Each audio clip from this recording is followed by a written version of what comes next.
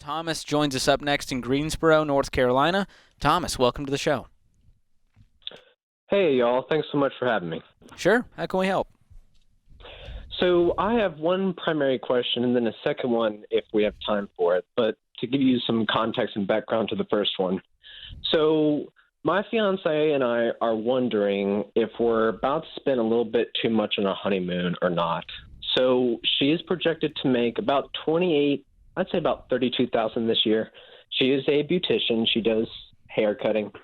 Then I will make probably about a little bit more than 45 this year. I drive a straight truck for a living. I plan on getting my CDL probably in the next 2 to 4 months. So that will also increase my income. She has absolutely no debt whatsoever. And she has about, I think, 3 to 4 months of emergency fund. I have $1,000 in an emergency fund. I do have a little debt. I have one credit card with about $1,500 on it. That will be paid off by the wedding. Our wedding will be in October. We're thinking about $8,000 for the wedding. 5 of that is coming generously from her parents, and then we're cash flowing the rest. But then there's the honeymoon. We were kind of wanting to take a little bit longer of a honeymoon. I personally haven't had over a week vacation in about 5 years. So we were thinking about 2 weeks. And the grand total was probably about a little over 13,000. Oh. So we'd be going into it a little. Where are you guys going? To the moon? Is this like an overwater bungalow in Fiji? Well, I wish.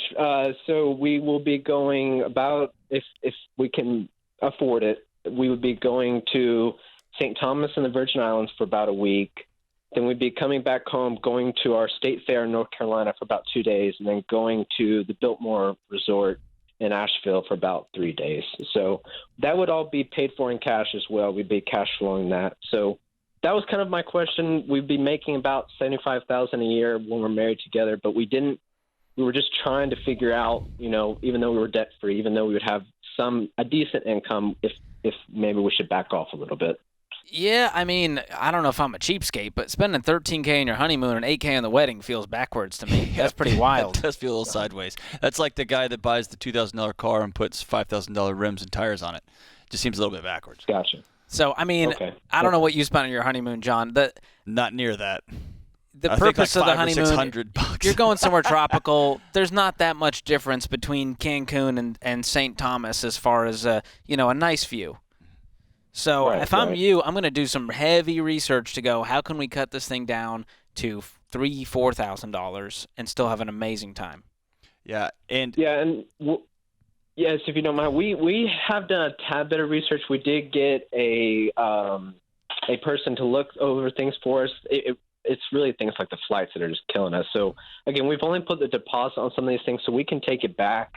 And from what you're telling us, we may end up doing that. So you can get all your money back?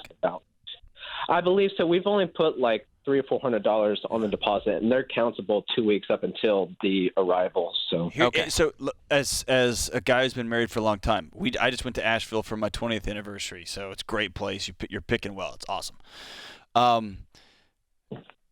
There is going to be some stress to dealing with the wedding, to getting married, to moving into a place together. Even though we got it all planned out, we've been dating a while, we're best friends, we love each other, all those things, it's just going to be a season of stress.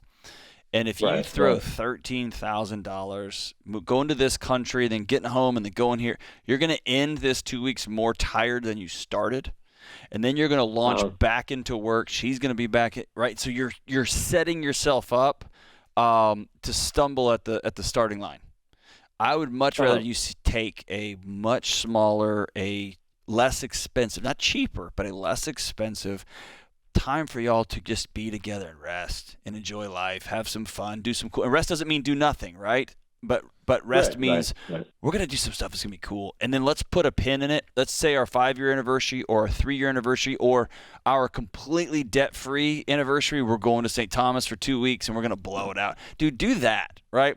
And then that's going to be something y'all work for together, and it's not going to be stressful on top of stress on top of stress. Yeah, I'm probably going to punt at the Asheville trip the Biltmore trip to the spring and just focus on this tropical trip, maybe do a week, maybe 8 or 9 days, and check out Costco Travel. That's where I've personally booked my honeymoon. We just did a 3-year anniversary trip to Cabo. We did it all through Costco Travel, and it was a fraction of what you just described, and it was all-inclusive. We had a great time. It was very relaxing. I've never heard of Costco Travel. John is writing down. I'm writing it down. Costco Travel. Yeah, I'm telling you, dude, you can get some great deals. Either. It'll include flights. There's a lot of great options there. It's where I get peanut butter and dog food. I didn't know you could get a Costco Travel trip to Mexico, too. They've got, like, virtual travel agents that will help. I was just like, hey, here's my budget. What's the 3 best places to go?